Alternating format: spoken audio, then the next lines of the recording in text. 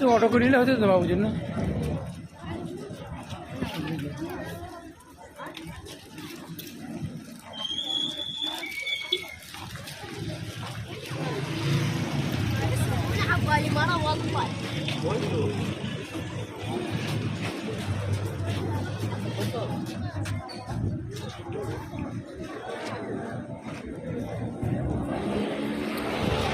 আমরা যাচ্ছি মুসলিম আলাইহিসসালামের দুই ছেলের মাজার শরীফে।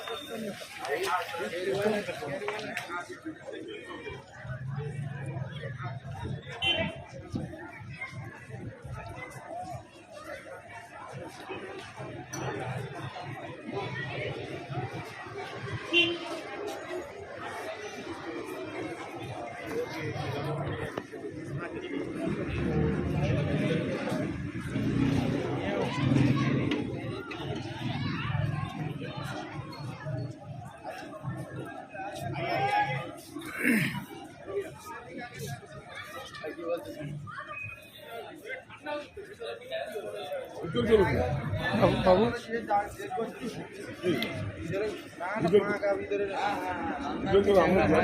জি বাবু